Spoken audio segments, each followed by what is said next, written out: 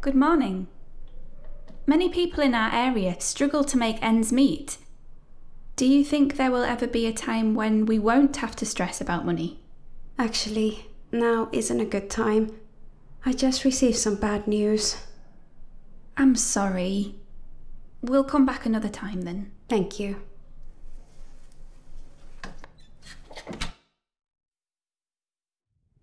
Okay, our sister applied our first two tips really well. But our sisters are usually excellent when it comes to the ministry, so no real surprises there. Yeah, good for you, sisters. Good for you, ladies. You're really good at preaching, aren't you? And cleaning the kingdom hall. Those are pretty much the things that you're good at. We'd prefer you don't do teaching or speaking on the platform.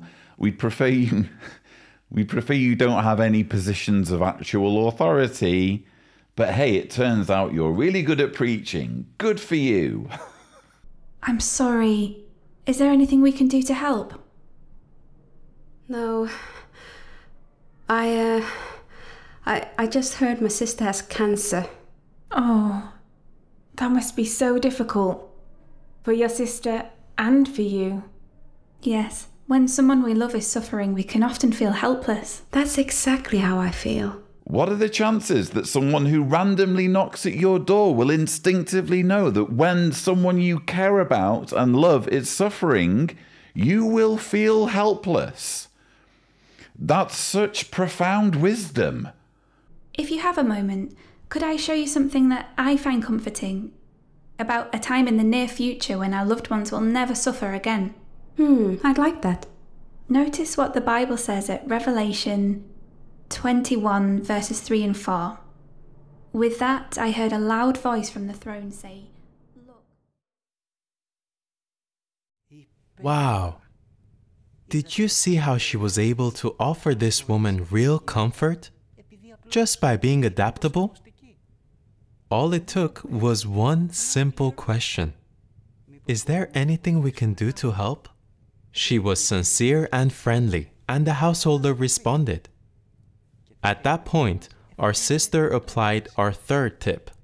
She obviously was familiar with some common anxieties of ones in that territory, because she smoothly transitioned to the topic of suffering, which allowed her to listen to the householder's real concern and then implement our fourth tip.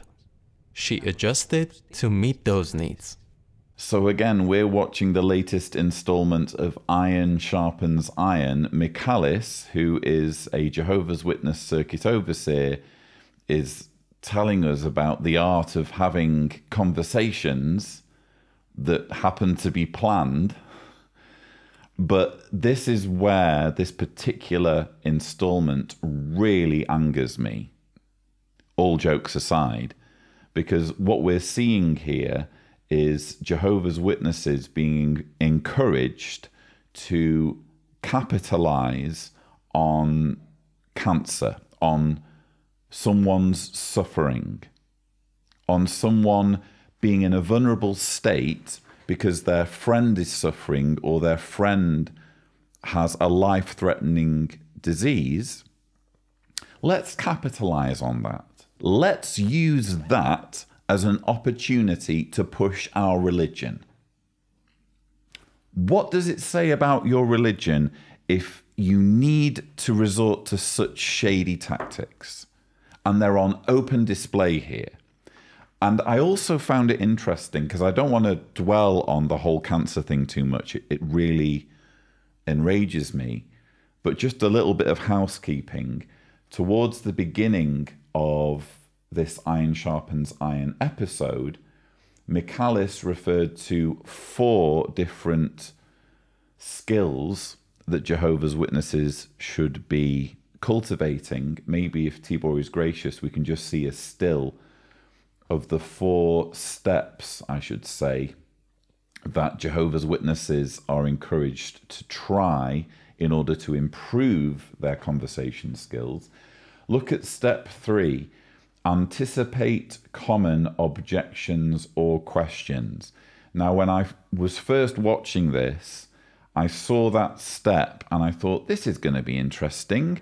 I wonder what they're going to use as an example of a common objection or question, because I've now been speaking to Jehovah's Witnesses quite a lot as part of my work on this channel. In fact, if Tibor is gracious, a thumbnail will appear to my last conversation with a Jehovah's Witness, with a believing Jehovah's Witness.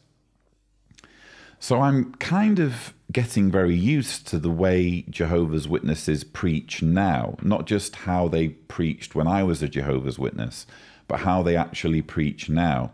And what I'm finding when I'm speaking to Jehovah's Witnesses is they don't have the first clue how to deal with genuine objections, genuine informed objections and criticisms to their beliefs. They don't have the first clue. They will either try to change the subject, or in some cases, as you'll see in my Talking with Jehovah's Witnesses series, they will outright lie, to the point where I'm fact-checking them on the screen and showing how their words contradict what is in Jehovah's Witness publications. So when I saw Michaelis's magical list of 4 steps, and I saw step number 3, anticipate common objections or questions, I was thinking, well, this will be good. I wonder what example he's got. You know, what actual genuine objection or question is he going to prepare Jehovah's Witnesses to handle? And what we got was this. All it took was one simple question. Is there anything we can do to help? She was sincere and friendly, and the householder responded. At that point, our sister applied our 3rd tip. She obviously was familiar with some common anxieties of ones in that territory. She was familiar with some common anxieties of people in her territory. That wasn't the step, Michaelis. The step wasn't anticipate common anxieties. You've just moved the goalposts. You've changed your own step.